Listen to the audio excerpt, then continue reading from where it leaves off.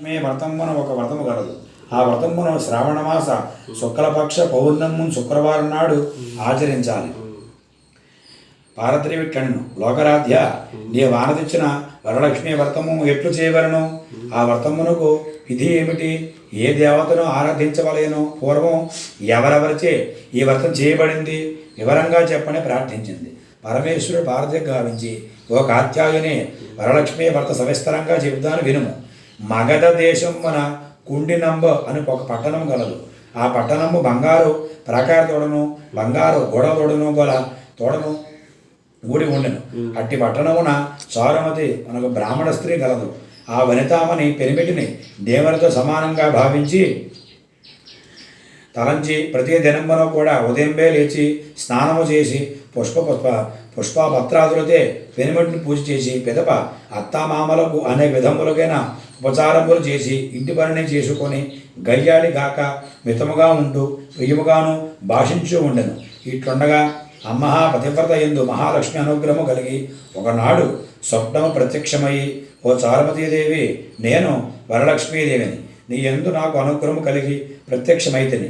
శ్రావణ శుక్ల పుణ్యం ముందు శుక్రవారం నాడు నన్ను పూజించు, నీకు కోరిన కోరికలు వరమ్మనిచ్చేదను అని చారుమతీదేవికి దేవి స్వప్నంలోని వరలక్ష్మీదేవికి ఆ చారుమతీదేవి స్వప్నములోనే ప్రదక్షిణ నమస్కారం చేసి, నమస్తే సర్వలోకానాం జరణ్యే పుణ్యమూర్తయే శరణ్యే జగద్దంజే విష్ణువక్ష స్థలాలయ అని అనేక విధాలుగా స్తోత్రము చేసి, ఓ జగజ్జనని, నీ కటాక్షమును గరుడని జనుడు ధన్యులవుతారు, విద్వాంసులవుతారు, సకల సంపన్నులవుతారు. నేను కూడా జన్మాంతరము చేసిన పుణ్యమే కదా, నీ వివరణ మీ దర్శనం కలిగినదమ్మా అని ఆ మహాలక్ష్మీదేవికి నమస్కారం చేసింది. ఆ మహాలక్ష్మి సంతోషం పొంది చారుమతీదేవి తక్షణమే నిద్ర మేల్కొని ఇంటికి నాలుగు పక్కల చూచింది.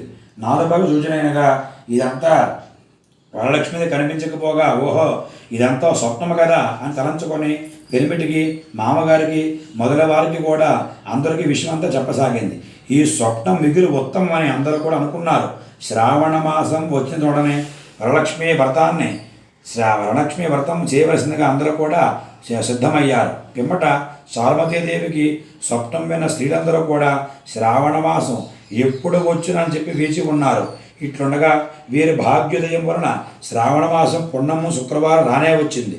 అంత చారుమతీదేవి మొదలగు స్త్రీలందరూ కూడా ఈ దినమే కదా వరలక్ష్మీదేవికి చెప్పిన దినమని అది అందరూ కూడా అనుకుని ఉదయాన్నే మేల్కొంచి స్నానము చేసి చిత్ర వస్త్రములు కట్టుకొని చారుమతీదేవి గృహమునకు ఒక ప్రదేశమున గోమయంతో అలికి మండపాన్ని ఏర్పరిచి అందుక ఆసనము వేసి దానిపై కొత్త వస్త్రాన్ని బియ్యాన్ని పోసి మరిచిగుళ్ళు మొదలకు పంచ పల్లవలముల పత్రిని కూడా కలసం ఏర్పాటు చేసుకుని అందు వరలక్ష్మీదేవిని ఆవాహన చేసి చారుమతి మొదలగు స్త్రీలందరూ కూడా మిగిలిన భక్తియుక్తులై సాయంకాలం పద్మాసనే పద్మకరే సర్వలోక ఏకపూజితే నారాయణ ప్రియదేవి సుప్రీత భవసర్వదాని అనేక శ్లోకాలు పలుకుచూ కూడా ధ్యాన ఆవాహనాది షోడశోపచారముగా విధముగా పూజ చేసి 9 సూత్రములుగా తోరము దక్షిణాస్తములుగా కట్టుకొని వరలక్ష్మీదేవికి నానావిధ భక్ష్య భోజ్యములను నివేదనములు చేసి ప్రదక్షిణములు చేయగా ఆ స్త్రీలందరికీ కాళ్ళయందు గల్లు గల్లుమునొక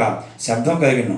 అంత కాళ్ళను చూచుకొనగానే గజ్జెలు మొదలగు ఆభరణాలు కూడా కలిగి ఉన్నట్టు చూచి చారుమతి మొదలగు స్త్రీలందరూ కూడా, ఓహో వరలక్ష్మీదేవి కటాక్షం వలన మనకి ఇదంతా కలిగింది కదా, పరమానందం పొందారు. ఇంకో ప్రదక్షిణ చేసిన వెంటనే హస్తములకు దగడ్డగాయమున ఆభరణాలు కదిలినవి. నవరత్న ఖచ్చితముకు కంకణములు మొదలగు ఆభరణాలు కలుగొండు వణికిది. ఇంకా చెప్పనేనేలా 3వ ప్రదక్షిణ చేయగా ఆ స్త్రీలందరూ కూడా సర్వభూషణ అలంకృతులేకు ఉన్నారు. చారుమతి మొదలకు ఆ స్త్రీలందరూ కూడా గృహములెల్ల స్వర్ణమయమై రథ గజ త్వరగ వాహనాలతో కూడా నిండి ఉండెను.